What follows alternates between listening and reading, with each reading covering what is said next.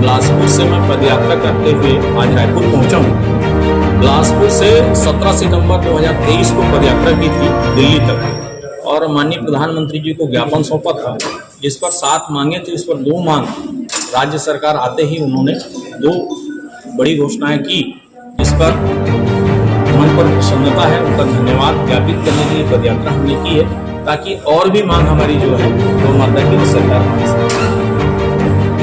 तो गौ अभ्यारण्य की जो हमारी मांग थी सरकार आते ही मानी है, इसके लिए धन्यवाद है। साथ पर गौ अभ्यारण्य का स्वरूप कैसा हो, गौ अभ्यारण्य कैसा बने, उस सभी 20 सूत्री मांगों को लेकर के हम माननीय मुख्यमंत्री जी को ज्ञापन देंगे।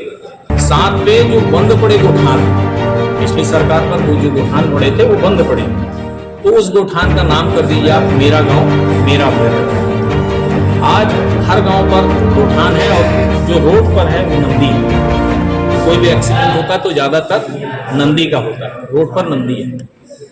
तो उस नंदी को आप ले जा करके मेरा गांव मेरा अभ्यारण्य पर रखें और उस मेरा गांव मेरा अभ्यारण्य पर महिलाओं को उस पर आप रोजगार के रूप में दें कि जो हमारी बहनें हैं, नारी शक्ति हैं एवं स्व सहायता समूह है, साथ में जो मितानी बहनें हैं उनको आप काम में लगाएं, उनको सेवा शुल्क दें, ताकि जो गोवंश जो रोड पर है वो सुरक्षित और संरक्षित रह सके। साथ में नेशनल हाईवे पर जो एक्सीडेंट होते हैं वो उसका पूरा जो जिम्मेदारी बनती है वो टोल प्लाजा की बनती है, क्योंकि नियम पर यह है कि टोल प्लाजा पर 50 किलोमीटर की दूरी पर दोनों ओर बैरिकेटर लगाना पड़ेगा।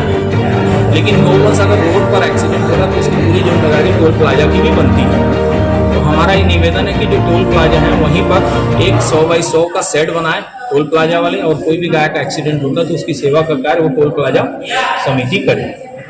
उस पर हम सेवा के कार्य का आपका साथ देने के लिए तैयार हैं। साथ में जो ABFO की भर्ती थी 2016 से रोक है, 700 बच्चे आज वेटनरी विभाग पर रोड पर हैं, कहीं ना कहीं कोई रोजगार कर रहे हैं बेचारे, उनको आप बहाल करिए, उनको आप गौ अभ्यारण्य पर सेवा पर लगाइए, उनको आप मेरा गांव मेरा अभ्यारण्य पर लगाइए, उनको आप पशु चिकित्सालय पर सेवा पर लगाइए, क्योंकि आज सेवा करने वाले जो हैं वो सिर्फ गौ सेवक हैं और कुछ डॉक्टर हैं।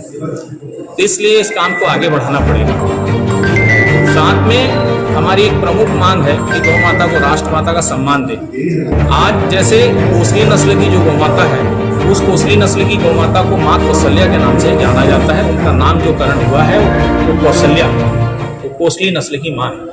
तो कोसली नस्ल की जो माँ है उसको राज्य माता का दर्जा दीजिए, और सरकार यहाँ से राज्य सरकार प्रस्ताव बना करके केंद्र को भेजे कि गौ माता को राष्ट्र माता का सम्मान किया जाए। साथ में आज 22 वर्षों से सेवा का कार्य हम लोग कर रहे हैं। हमारे पास में जमीन नहीं है, मात्र 3000 स्क्वायर फीट पर 22 वर्षों से सेवा का कार्य कर रहे हैं। तो जब आपका ये भाई 22 वर्षों से सेवा का कार्य कर रहा है, उसके पास में जमीन नहीं, तो आप कल्पना करिए कि पूरे छत्तीसगढ़ पर जो गौरक्षा गौ सेवा का कार्य कर रहे होंगे उनके पास क्या जमीनें होंगी? नहीं, उनके पास में कोई जमीनें नहीं है। सरकारें उनको आज तक किसी प्रकार का कोई अनुदान नहीं दी, कोई जमीन नहीं दी, किसी प्रकार से कुछ भी सरकारों ने नहीं किया।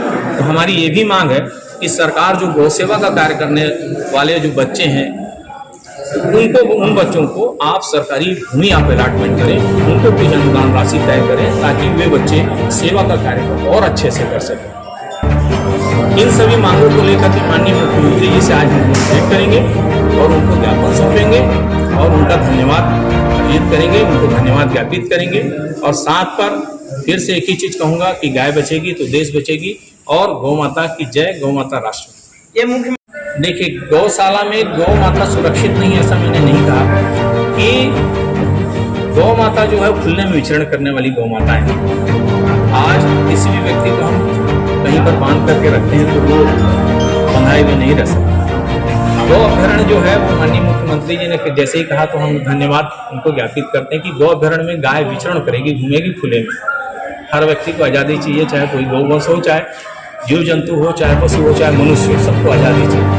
गौवंश जो है वो अभ्यारण्य पर सुरक्षित होंगे, संरक्षित होंगे, इसलिए अभ्यारण्य जो है सबसे जब तक ठोस कानून नहीं बनेगा, जब तक लोगों के अंदर में कानून का भय नहीं आएगा, जब तक कुछ नहीं होगा। आप यदि गौवंश पर किसी प्रकार के अत्याचार के रिपोर्ट दर्ज करवाने जाते हैं तो उसके ऊपर में FIR दर्ज नहीं होता है।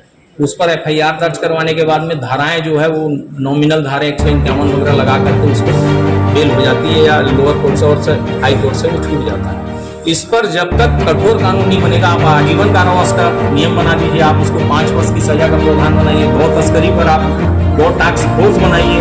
आज छत्तीसगढ़ नंबर 1 है गौ तस्करी पर कहा जाता है। हमारे छत्तीसगढ़ से बंगाल और इधर आपका हरियाणा सब तरफ गोवंश तस्करी होते हैं। तो क्यों, जबकि हमारे यहाँ रात-सात गाड़ी का नियम है और 5 वर्ष की सजा का प्रावधान है, 50,000 रुपये जुर्माने का प्रावधान है। जब गौ सेवा आयोग का गठन हुआ था उस समय से वो प्रावधान है, लेकिन ठोस कानून नहीं। ठोस कानून ये हो जाना चाहिए कि उसकी जो गौ तस्कर होता है उसको जमीनी दोष किया जाए, उसका मकान को पूरा डिस्पोजल किया जाए, उसको आजीवन कारावास, तब जाकर के उनके मन में डर और भय आएगा। जहाँ डर होगा, भय होगा, तभी वो गौ तस्कर